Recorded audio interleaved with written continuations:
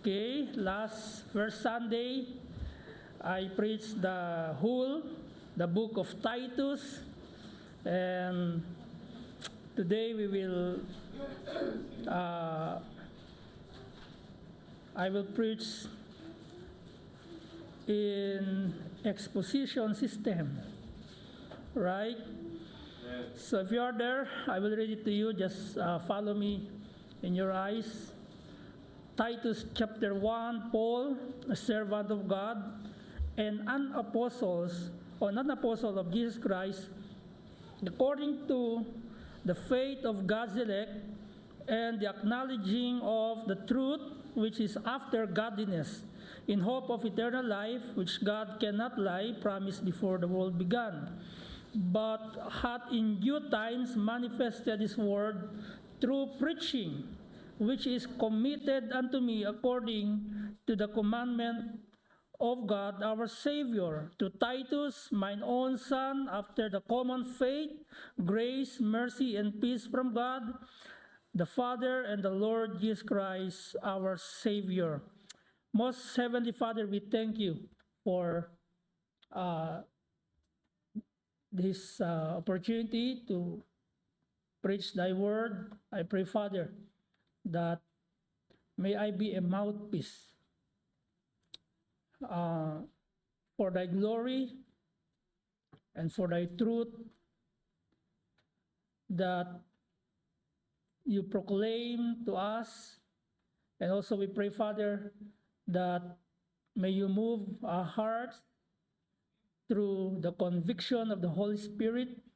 And we pray, Lord, that may you illumine our hearts to thy word.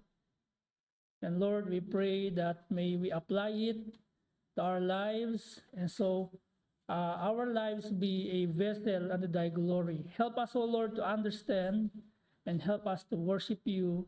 And our focus this moment is to worship you. In Christ's name we pray. Amen.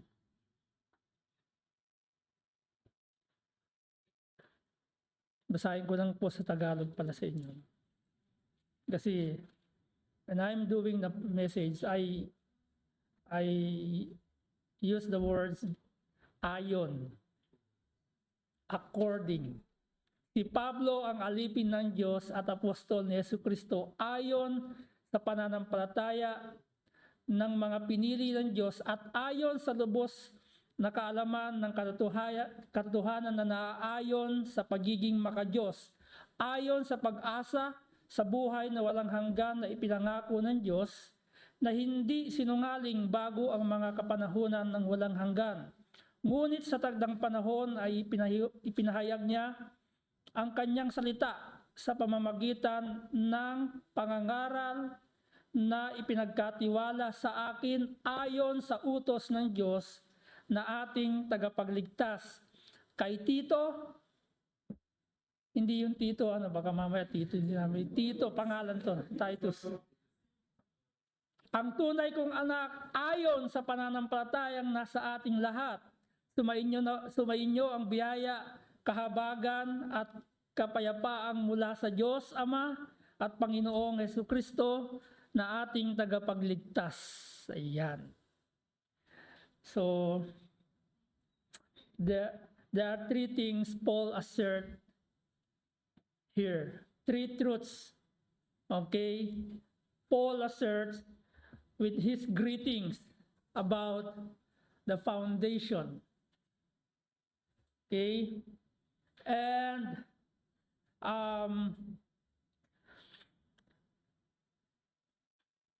nablak ako. And this promise would be really and would give confidence or hope or assurance to every believers. Okay, I remember while courting Sister Virgie, I know her ideal man. Okay? Of course, I know because we've been, okay? But during I pray her, and then I court her, and one day she asked me, "What is your plan for me?" Directly I answered her, "Of course I will marry you." Yeah. Okay. That would be give her an assurance. Okay? Iyon yung nagbigay sa kanya ng kasiguruhan kasi maraming mga lalaki hanggang kasin lang, kasintahan, ganun. And afterward, nakakita ng magandang babae, mas maganda doon sa nililigawan niya. That's a problem. Okay, so directly I answered, "I will marry you." So she stopped. Okay. Then she answered me. So yun ang nagbigay sa kanya ng na-assure siya doon. Okay? And when I propose, hindi niya alam yun eh. Lahat sa akin surprise eh. Hindi niya alam kung kailan ako mag-propose eh. Okay? During her birthday, doon ako na-propose sa kanya. Diba? Para ma-confirm yung assurance na yon na sinabi ko sa kanya, "Will you marry me?" Sa tabi ng dagat yun. Okay? Okay, kausap ko na si Pastor Ben, Sister Cathy, and the rest of the brethren. Okay? So, that gives her assurance. Okay? And she assured. Again, what is our assurance? Ano ba yung ating kasiguruhan? Ano ba yung ating pag-asa? Ito kasing book of Titus, kung babasahin ninyo, verse number 16 of chapter 1, they profess that they know God, or that they know God, yes, but in works they deny Him, being abominable and disobedient, and unto every good work reprobate. Bakit sila lumabas doon? Sa katotohanan, they know God. You know already, sabi ni Paul, you know already that there is God. He promised eternal life according to His word, and yet you are reprobate, or your work reprobate. Meaning that in the book of Titus, the necessity of the true doctrine is fitted to God's, or fitted to our lifestyle. Dapat yung totoong aral patungkol sa doktrina o sa salita ng Diyos ay naayon doon sa ating ikinabubuhay, sa ating lifestyle, sa ating pamumuhay. And so Paul, in his greetings, he asserts three foundational truths about God's promise. We are assured of eternal true faith in Jesus. Okay? Truth number 1. Verse number 1, look at your Bible. According to the faith of God's elect, those who have been chosen by God are those who believe in Jesus through faith. Minsan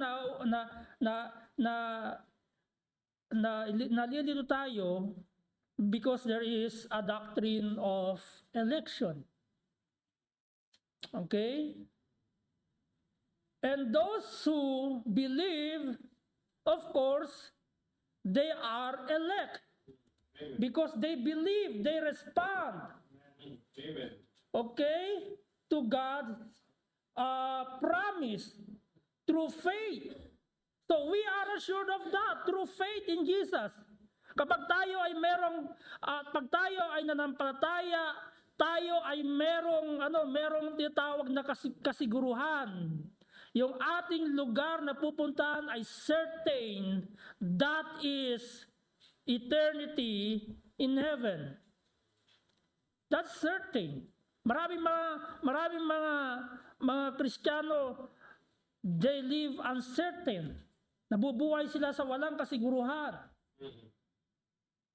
Ito yung dapat isa sa pundasyon natin. We are assured of we are assured of eternal because of our faith to Jesus. Kaya sabi diyan, I have been sent to proclaim faith to those God has chosen. The point is that they should to respond. The point that we should to respond. Humans should be respond to the offer, okay, of God. And what is the offer of God? Salvation. In order to possess eternal life, people, both Jews or Gentiles, must to respond to the true gospel of Christ.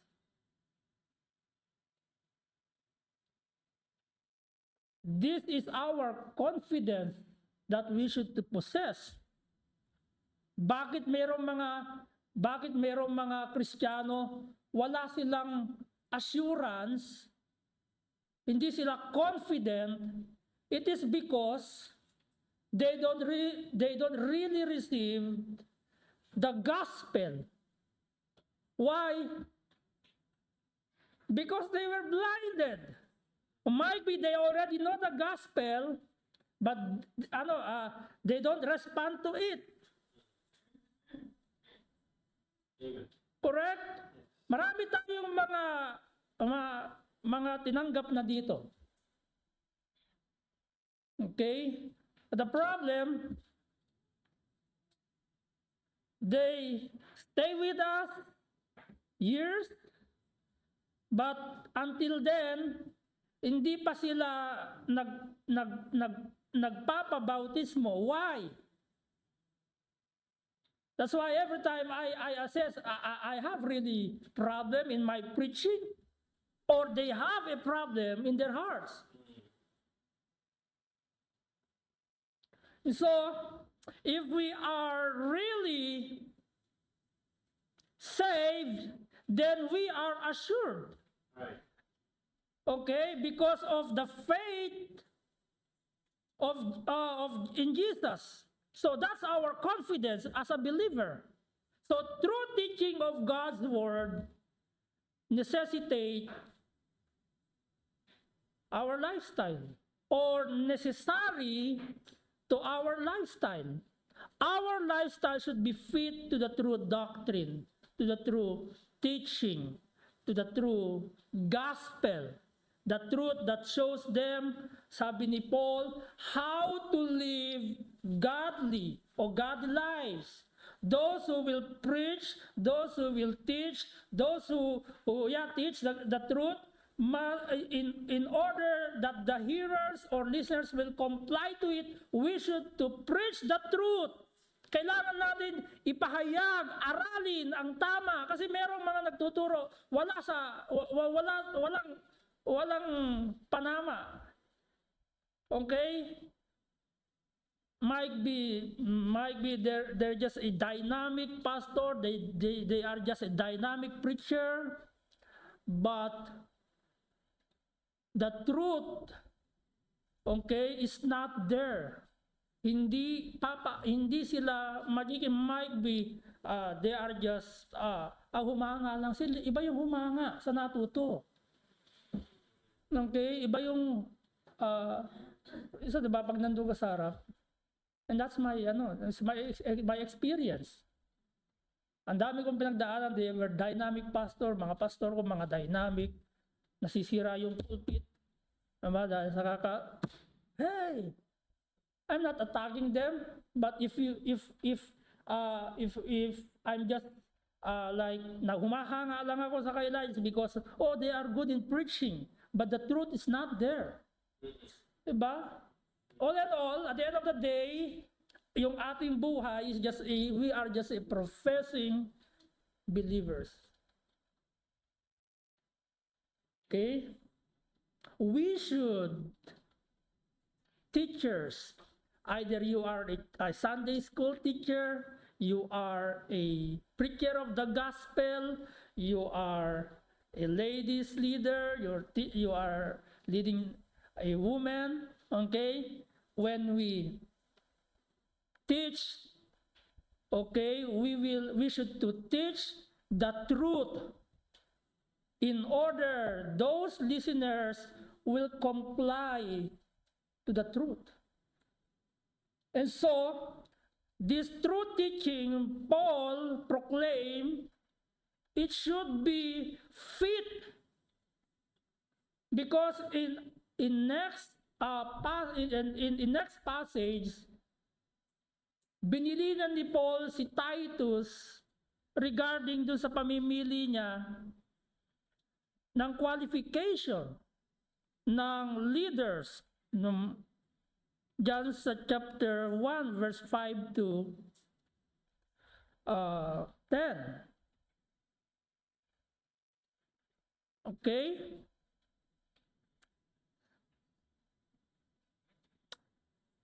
True doctrine true doctrine is necessitating in our lifestyle. Yung totoong aral ay kailangan sa ating pamumuhay. All in all, hindi ka magiging emotional because you know the truth. Hindi tayo emotionally dahil pag may problema tayo, nagiging emotional tayo. Okay? At hindi natin pinangahawakan yung pangako ng Diyos dahil mababaw yung ating pagkaalam doon sa isang pundasyon na dapat doon tayo naka-base upon. Kaya binasa ko sa yung Tagalog ayon, yung based upon the Word of God, based upon the promise of God, based upon the command of God, okay, based upon the hope that God promised to believers. And so, hindi tayo nangangamba na sa buhay na ito, maraming mga circumstances, diba? So, panghawakan natin yung true doctrine. Dahil yan ay kailangan sa ating pamumuhay. Then, truth number 2. God promise of eternal life is our confidence. Verse number 2. In hope of eternal life, confident.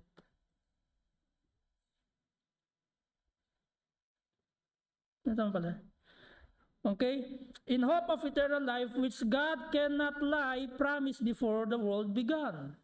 The truth about God's promise give confidence. Kapag yung katotohanan sa pangako ng Diyos, yun yung nagbibigay sa atin ng lakas ng loob na makapagpapatuloy.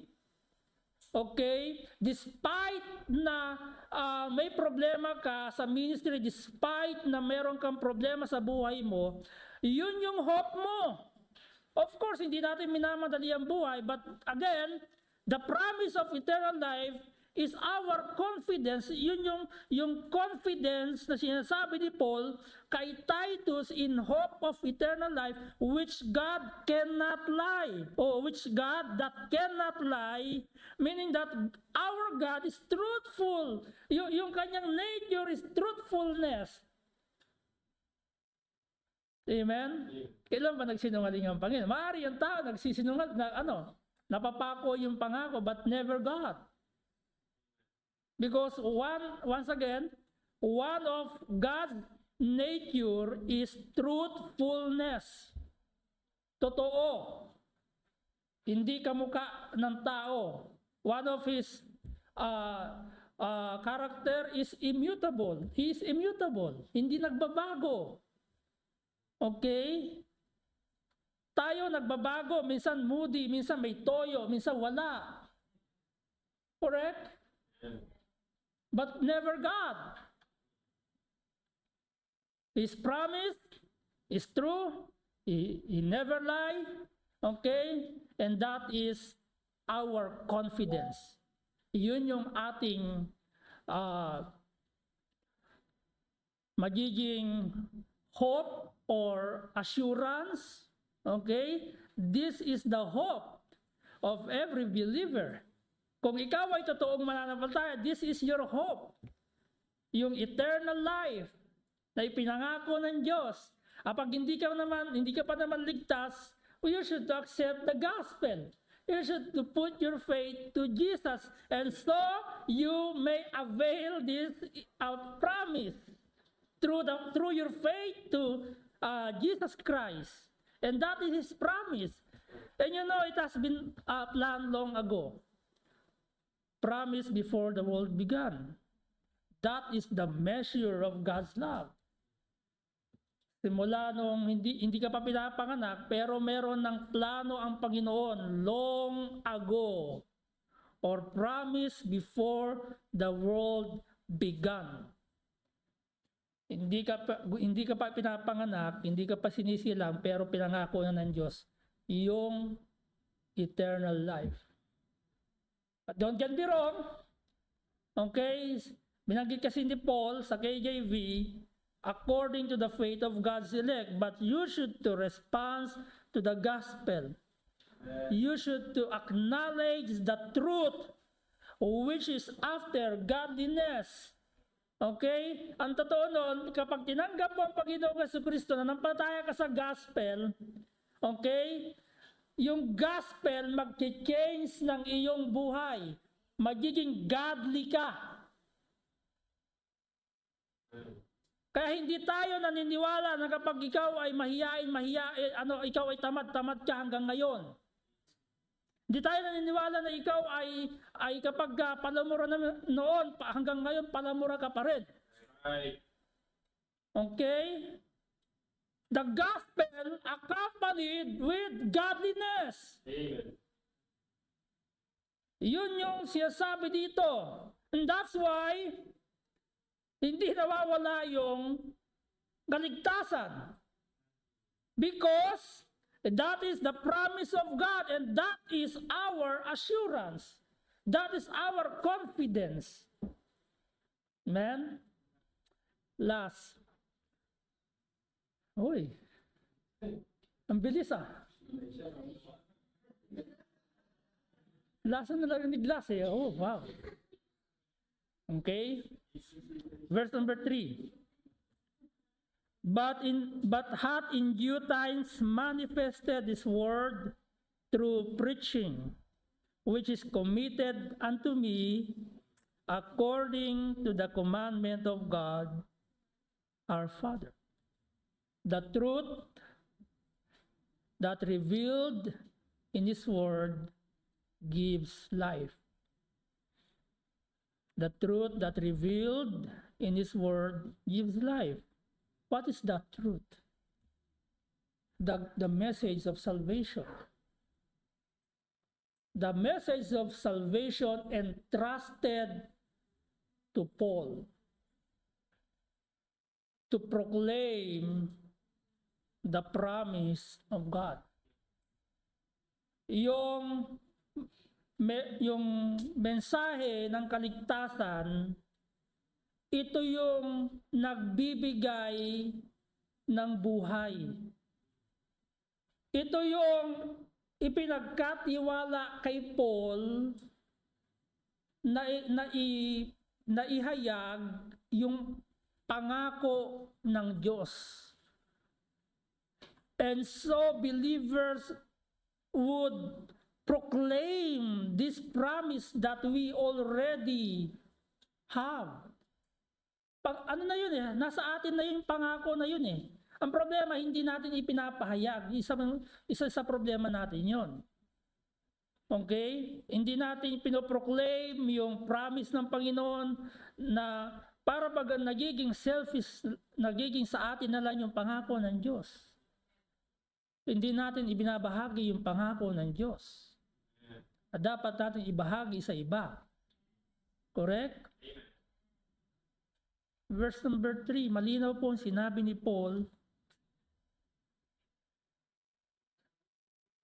that in due times manifested His word through preaching. Manifested means revealed. His word through preaching, which is committed unto me according to the commandment of God, our Savior.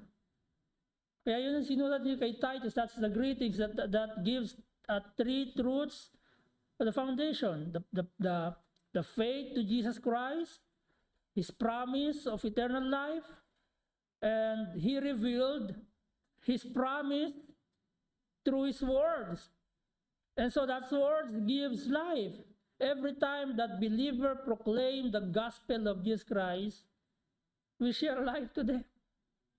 We share life to the people. So the gospel of Christ gives life. Okay, the gospel of Christ gives life in verse number 3. So this is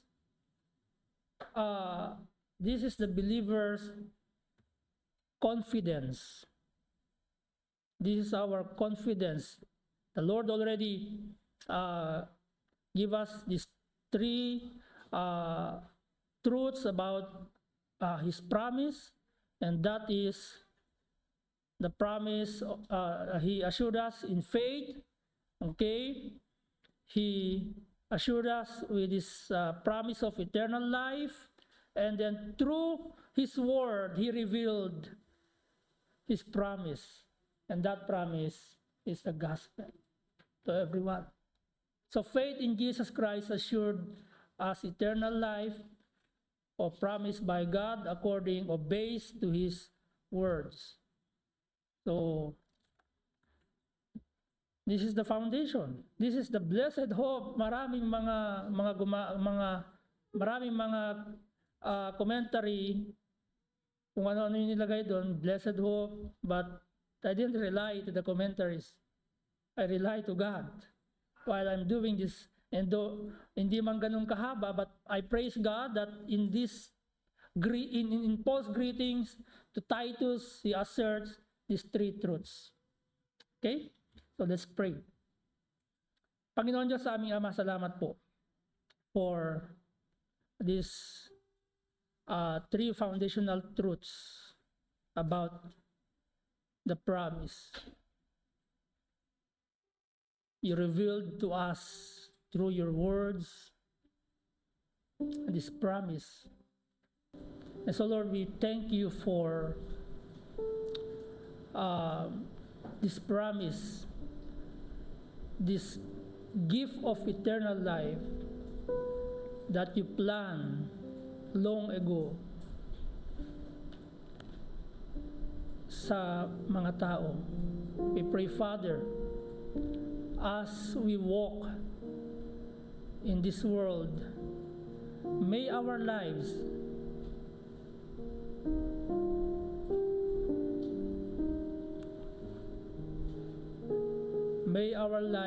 fit or suitable to this truth, or may the truths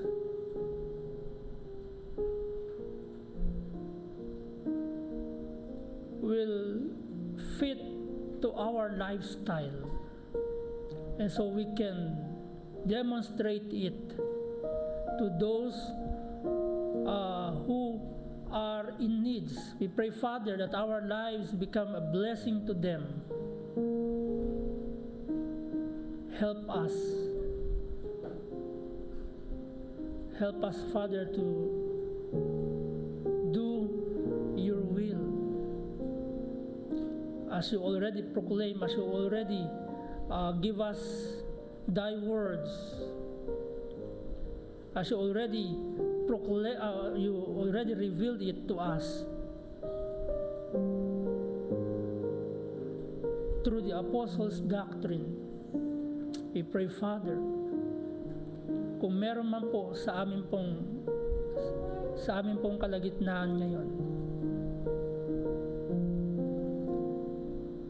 that if you want to be assured of your life, na magkaroon ka ng buhay na walang hanggan na pangako ng Panginoon ng Diyos,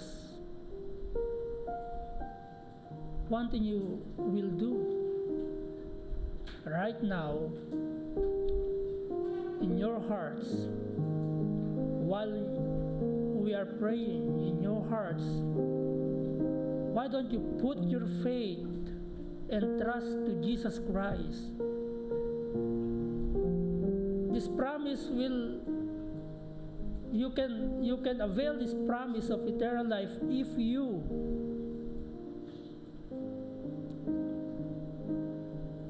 trust Jesus Christ as your Savior and Lord, because His promise is true. We thank you, Father, for this privilege. Thank you for the privilege to preach. Thank you for knowing you as our Savior, Lord, and our Father. Oh Lord, we praise your holy name in our midst. In Christ our Lord, we pray. Amen and amen. All right. Napaaga kayo, ha? God bless you. And Brother Benji, anong oras ang inyong flight?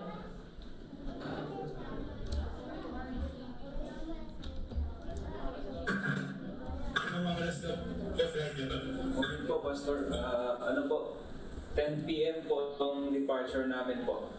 Okay, so bago kayo mag-pray tayo mamaya, mag-zoom tayo mamaya. As from Qatar to Philippines. Okay. Alauna naman po. Mag-pray tayo mamaya, mag-zoom tayo. Ako, Pastor. Yes, straight Salamat through. po. Bakit?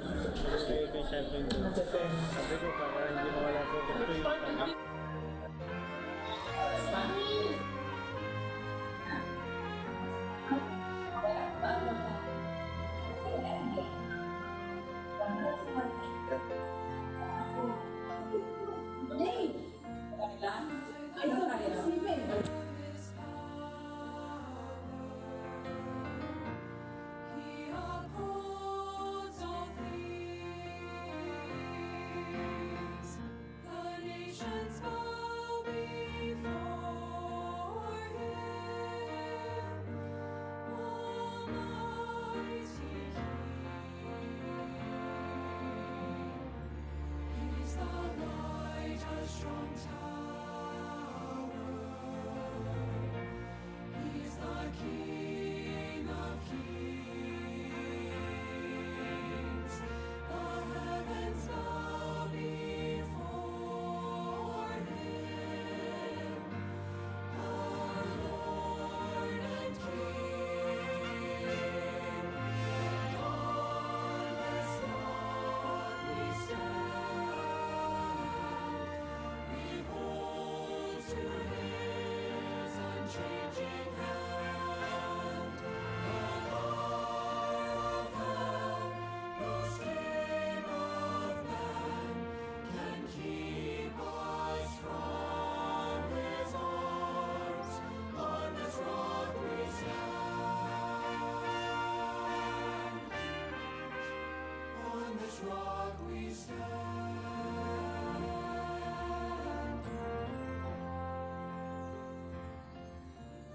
Christ alone our desire. See the nail-pierced hands, holding the keys of the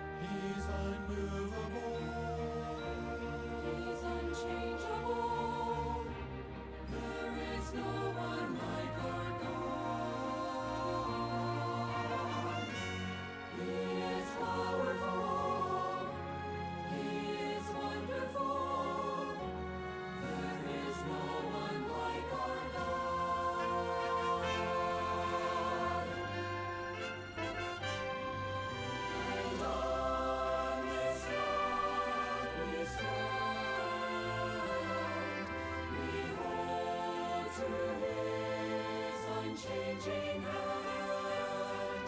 No power of hell, no scheme of man can keep us from His arms. On this rock we stand. On this rock we stand. On this rock we stand.